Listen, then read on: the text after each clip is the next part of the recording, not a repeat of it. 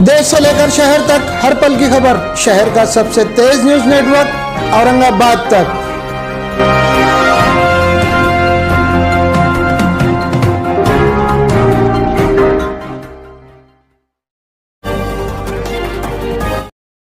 दो दिन पहले थोड़ा पीछे लो ना थर्वे मोबाइल।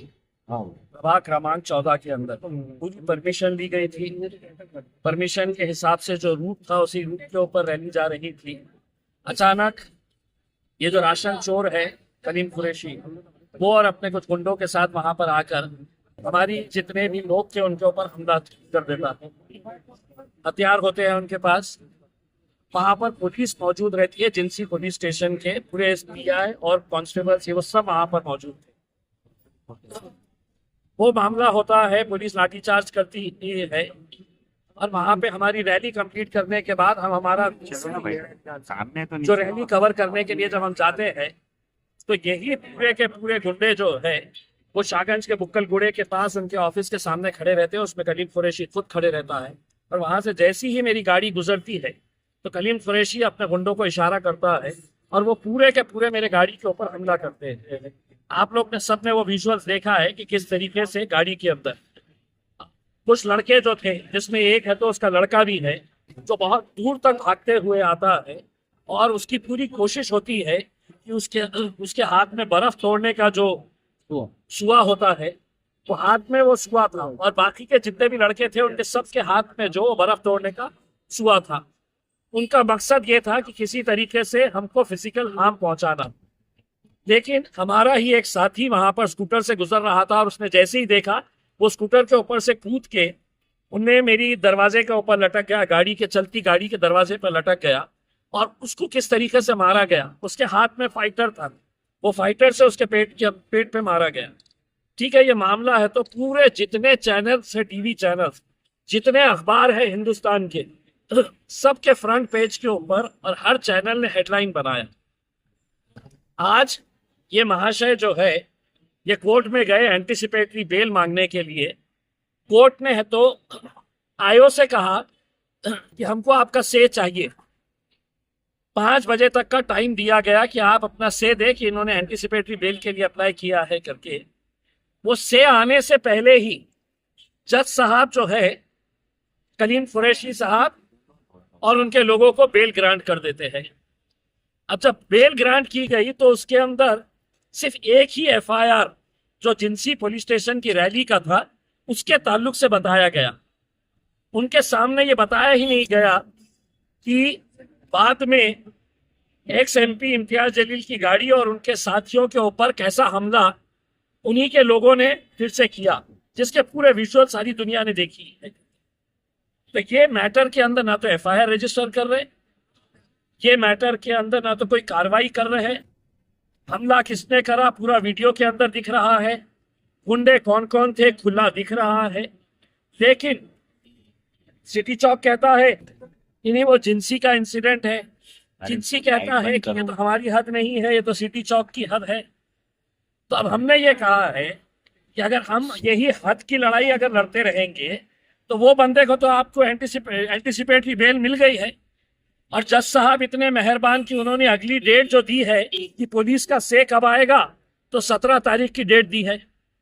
तो जज साहब भी बड़े मेहरबान नजर आ रहे हैं कि इलेक्शन के अंदर इनको छूट दे दी जाए ये गुंडों को। तो हमारा ये कहना है कि कम से कम दूसरे केस के अंदर जो लोग ओपनली नजर आ रहे हैं गाड़ियों के ऊपर हमला करते हुए, हमारे लोगों को मारते हुए, क्या उनके ऊपर एक्शन नहीं होना चाहिए?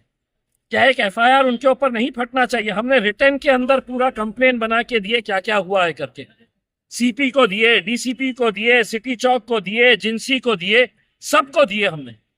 लेकिन क्या वजह है कि इनके ऊपर एक्शन नहीं हो रहा है? ये गुंडे मवालियां जो है ये पुलिस स्टेशन चलाते होंगे, इनके संबंध होंगे पुलिस स्टेशन से, क्योंकि राशन का धंधा इनका, गुटखे का धंधा इनका, जमीनें हड़प करने का धंधा इनका। पैसे के बल के ऊपर आप कुछ भी करेंगे। और एक लोक प्रतिनिधि उसकी गाड़ी के ऊपर ओपनली हमला होता है और उसके ऊपर कोई दखल नहीं ली जाएगी। आप अगर ये कोई कार्रवाई नहीं करते हैं तो कल इलेक्शन एक तरफ, लेकिन अब जो लड़ाई रहेगी वो पुलिस से हम इंसाफ मांगने के लिए है, तो ये लड़ाई लड़ेंगे। क्या ऊपर से इनको प्रेशर आया कि हम भी पूछना चाह रहे हैं, हम भी पूछना चाह रहे हैं। पीछे दूसरी घटना में आपको बताऊं कि पुलिस का रवैया कैसा होता है करके। ये जब जिंसी के अंदर मामला हुआ, जिंसी के अंदर ये गुंडों ने है तो हमारी रैली के ऊपर हमला किया, उसके बाद 4-6 औरतें बुरखे में हमारा जो कॉरपोरेटर है बुक्कल गुड़े का, शाहगंज का, फेरोज खान, उसके घर पे गए और घर के पास जाकर जो विरोधी कैंडिडेट है उसके नारे लगा रहे और उसका स्टिकर लेके गए। यानी कि मेरा घर है और कुछ लोग आकर है तो बोल रहे हैं कि भारतीय जनता पार्टी का स्टिकर तेरे दरवाजे पे चिपकाने का है। तो 1 घंटे के बाद कुछ बुरखाधारी औरतें वहां पर जाकर फेरोज खान के घर के ऊपर बोल रहे हमको स्टिकर चिपकाना है। उसके घर वालों ने है तो विरोध किया कि भैया हम भी उम्मीदवार है, तुम हमारे घर के ऊपर क्यों कर रहे हैं। वो औरतें सिटी चौक पुलिस स्टेशन आ जाती है और इमीडिएट तुरंत सिटी चौक पुलिस स्टेशन इतनी मेहरबान कि फौरन कितने सारे लोगों के ऊपर एफआईआर रजिस्टर हो जाता है। हमारे कॉर्पोरेटर फेरोज खान के ऊपर भी, उसके पूरे घर वालों के ऊपर भी और भी कार्यकर्ताओं के। 1 घंटे के अंदर जिनसी का झगड़ा होता है और वहां पर है तो 1 घंटे के बाद है तो महिला जाती है और वो महिला यहाँ पे आके पीआई मैडम को बोलते हैं, पुलिस को बोलती है कि वो हमारे को घर पे से हकाल दिए, गालियां दिए। अबे तुम भाजपा वाला कोई आके, सेना वाला आके मेरे घर पे स्टिकर लगाएगा? आप एक कैंडिडेट के घर पे जाकर उसको जबरदस्ती बोल रहे हैं कि हमको तेरे घर के ऊपर स्टिकर लगाना है करके, तो वहां पे नारे लगा रहे हैं और ये पुलिस स्टेशन खामोशी से तो एक एफआईआर रजिस्टर कर लेता है और ओपनली सारी दुनिया ने देखी है कि हमारी गाड़ी के ऊपर हमला कर रहे हैं और उसके ऊपर कोई एफआईआर नहीं, कोई जिक्र नहीं। बड़े डॉन जो है गुंडे, उनको जमानत मिल जाती है। मैं तो सीपी साहब से कहूंगा आज 5 बजे का फुटेज निकाल के देखिए ये साहब कैसा जिंसी पुलिस स्टेशन के अंदर जाते हैं, वैन के अंदर चढ़ते हैं जहां पर दूसरे उनके गुंडे जिनको है तो हरसुल भेजा जा रहा था, पुलिस स्टेशन में जाकर है तो उनको ये कहते हैं कि फिक्र करना नहीं, इलेक्शन से पहले मैं तुमको बाहर निकालूंगा करके। तो इतना अंधाधुंध राज चलेगा, इतना गुंडा राज चलेगा यहाँ पर। ये लड़ाई इम्तियाज जलील की नहीं है, ये लड़ाई किसी एक शख्स की नहीं है। हमारी उम्मीद ये है कि आपने खुद से एफआईआर रजिस्टर करके जो जो गुंडे थे, मवाली थे, उनके सबके ऊपर कार्रवाई होनी चाहिए थी। नहीं करे है, अब आपको करना है करिए, नहीं करना है तो कल से हमारा इलेक्शन हम देखेंगे क्या होता है। औरंगाबाद तक मीडिया जो है वो पिछले कई सालों से बहुत अच्छी खिदमत दे रहा है, लोगों तक खबरें पहुंचाने का काम कर रहा है और उसकी रीच बढ़ रही है। उन्हें सिल्वर बटन मिला है, मैं उनको मुबारकबाद देता हूं और उम्मीद करता हूं कि आगे उनको सिल्वर की जगह गोल्ड भी मिले, गोल्ड के बाद प्लैटिनम भी मिले और वो इसी तरह से लोगों का काम करते रहे। शुक्रिया।